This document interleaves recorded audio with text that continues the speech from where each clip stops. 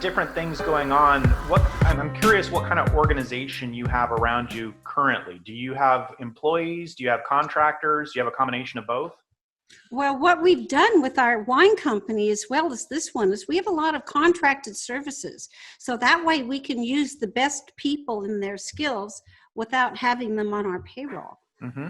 Yeah, the other thing I was going to add is we really enjoy working with other entrepreneurs who are specialized in a specific aspect that we need. Like, for instance, with Business Audio Theater, we're working with a group down in Hollywood that is a production company.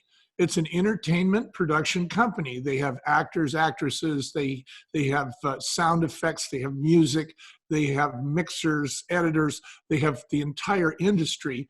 That's not our world. Our world is really to identify the clients who need this and who can benefit by this, and to be able to convey the value of this particular type of communications technique, which is, hi, welcome to our company. Here, listen to an audiobook about us as founders and how we got our butts kicked in the real world.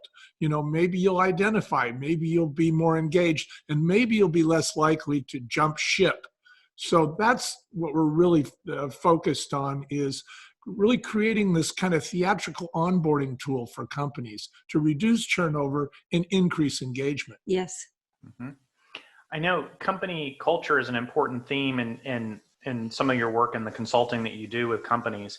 How does that play out in an organization? I mean, a lot of good smaller entrepreneurial organizations are similar to what you described. They work with a network of contractors and other entrepreneurs. How do you set culture and do that in that kind of format?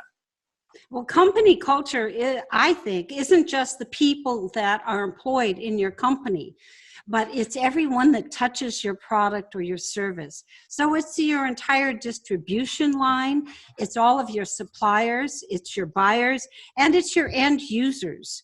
And in order to communicate to each of those different groups effectively, then you have to understand what their needs are. And you do that by putting yourself in the other guy's shoes. Now that's good company culture. Find out what it is that they're feeling, what their needs are, and how you can give them what they want to do the job that you have to rely on them to do.